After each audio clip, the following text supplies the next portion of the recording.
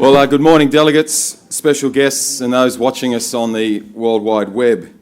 Today I wanted to focus on the next phase of our organisation as we progress towards the conclusion of our new strategic plan, which the board signed off, a new plan for 2017 to 2020.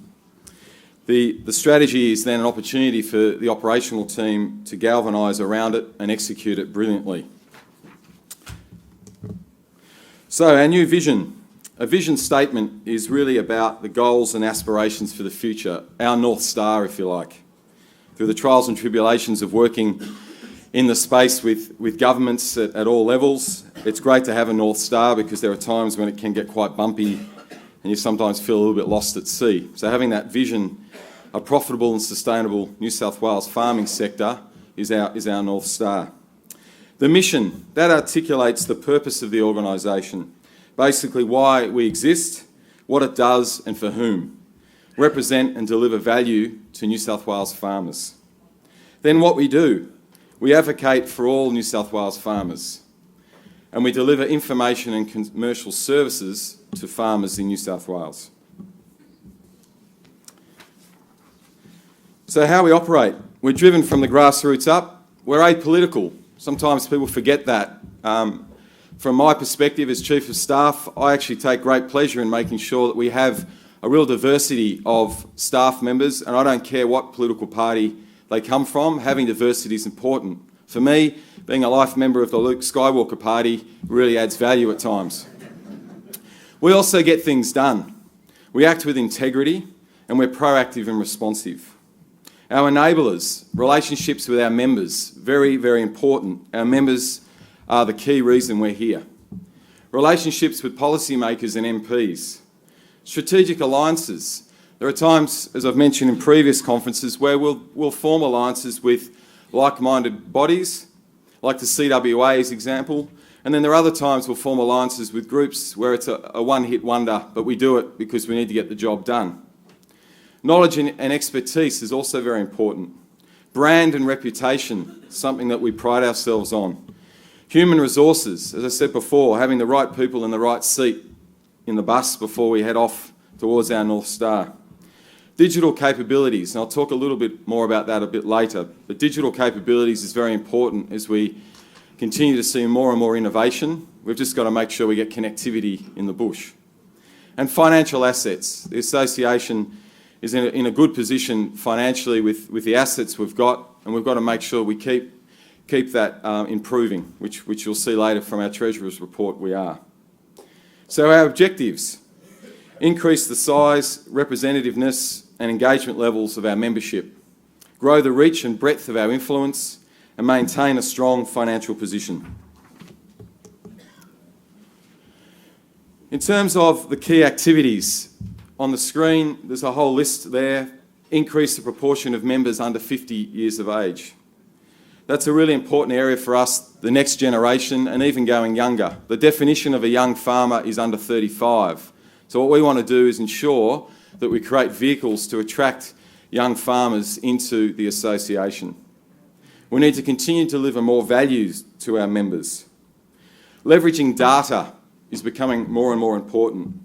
And we need to improve the way we capture data of our membership to help shape future offerings to our members.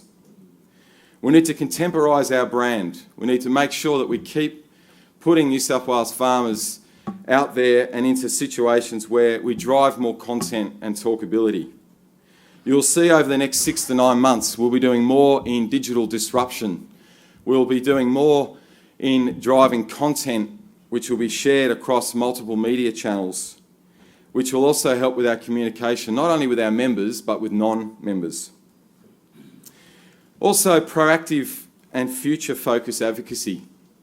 Imagine if we worked with consultancy firms to explore developing thought leadership pieces that we can then feed into our committees and our task forces to help shape proactive policy, in addition to the here and now policy that we often deal with.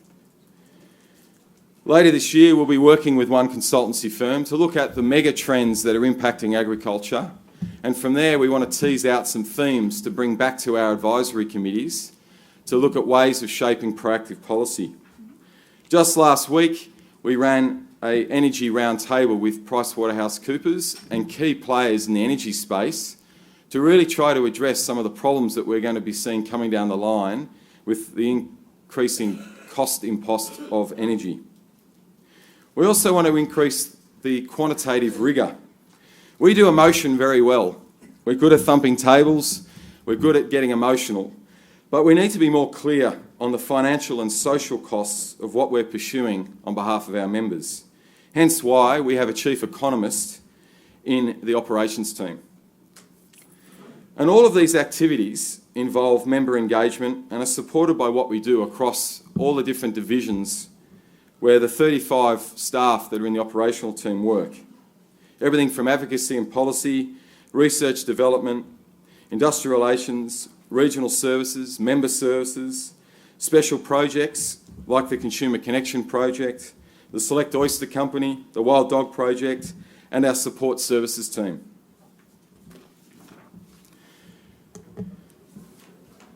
Achieving a positive cash profit by 2020 is still an important goal for us from a financial position, and we are moving in a very positive way towards achieving that goal.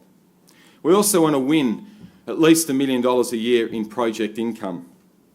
Projects like the Beef to China project, where we demystified the supply chain for small to medium-sized enterprises wanting to look at going into the export industry.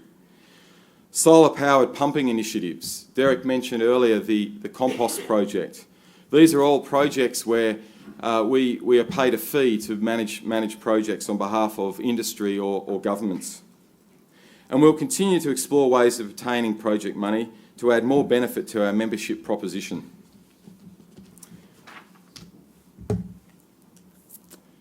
So one of the things that we've been doing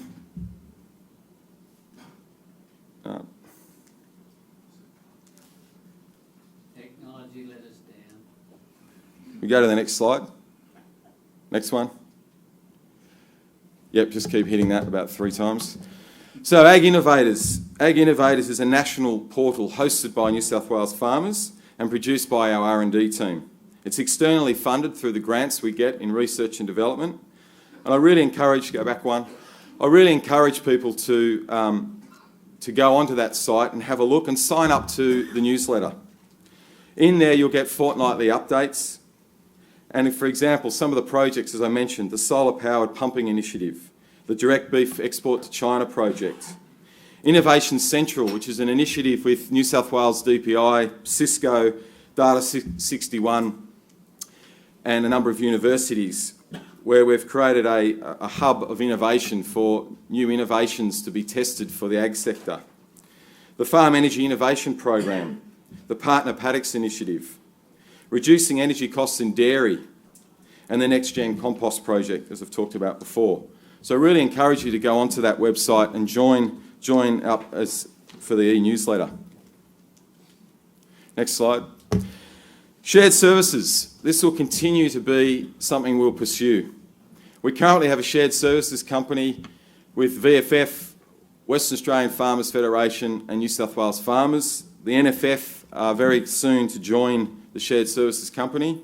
Currently we're offering the financial services to those organisations. Just between New South Wales and Victoria, we've saved over $250,000 between us. And this is an opportunity to continue to demonstrate the benefits of working together. In previous slides, I talked about merging towards the new unified model.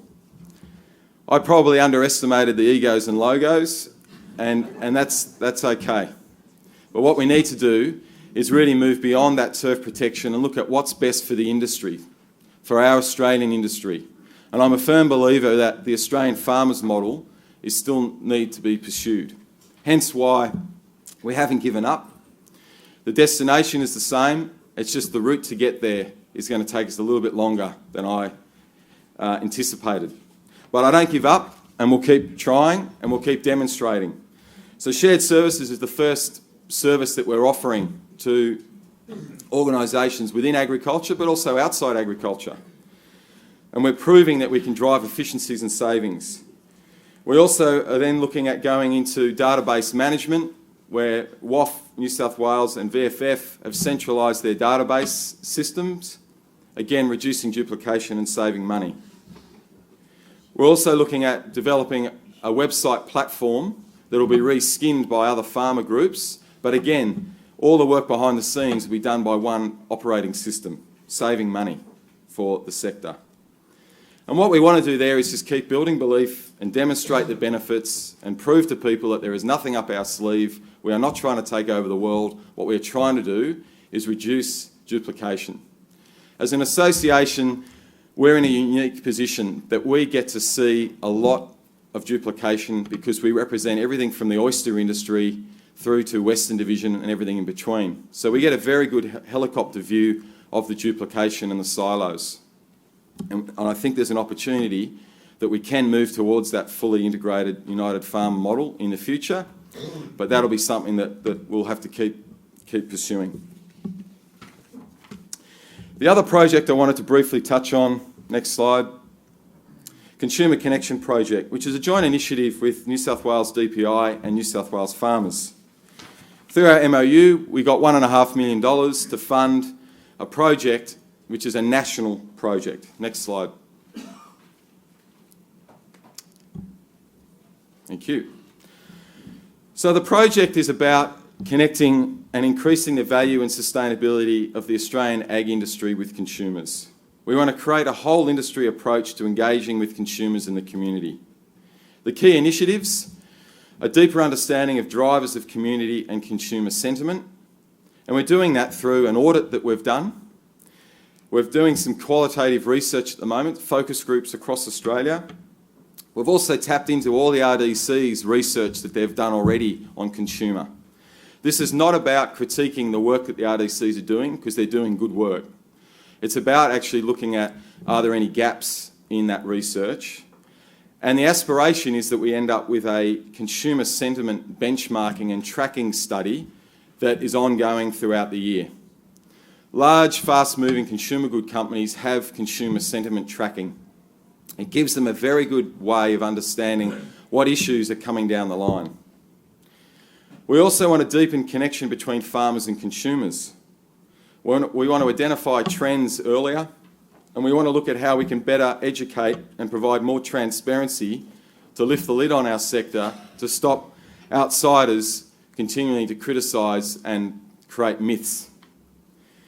We also need to take measure of the marketplace expectations and the demands and look at how do we meet those demands in a sustainable way. And we also want to celebrate the assured quality of our world-class food and fibre. So we're also having a look at all the QA programs that are in existence and looking at world-class best management practice as well. And what we want to do is look at how do we add value to having a universal QA program. And again, it's not about reinventing the wheel. Cotton have got a very good QA program.